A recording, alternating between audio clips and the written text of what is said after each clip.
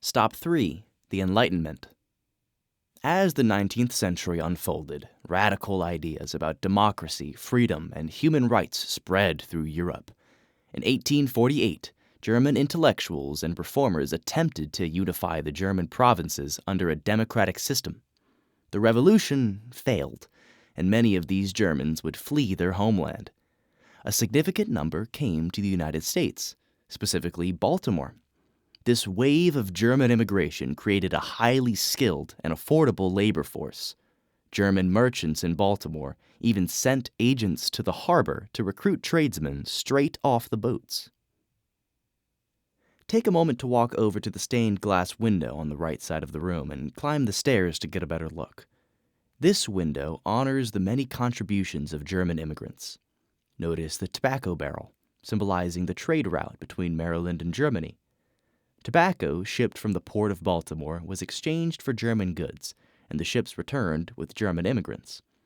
The window also features symbols of German achievement in Baltimore: the linotype machine, invented by Ottmar Mergenthaler, early steel furnaces, and the Knabe piano, known for its fine craftsmanship.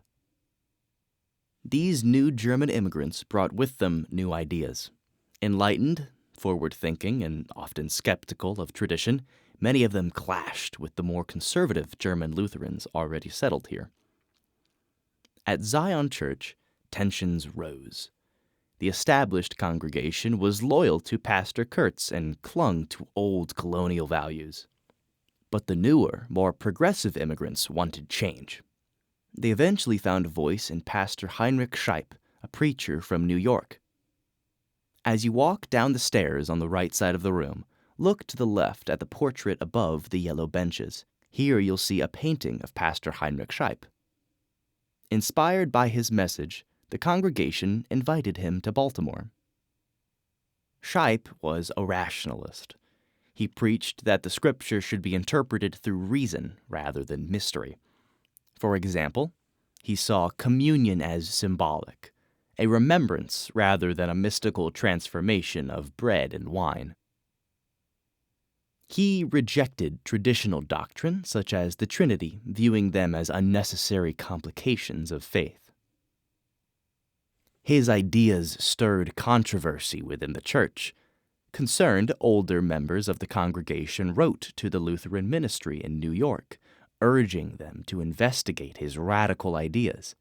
The ministry summoned Scheib to defend his beliefs, but both sides knew neither would change their views. Scheib stood by his convictions, and the new congregation stood by him. Instead of complying, the members wrote back to the ministry, asking why it had authority over what was preached at Zion. The ministry never responded, until 5 years later, when it quietly removed Scheib's name from the list of certified Lutheran pastors. Overnight, Zion was no longer officially Lutheran. One of the founding churches of Lutheranism in America was now an outsider.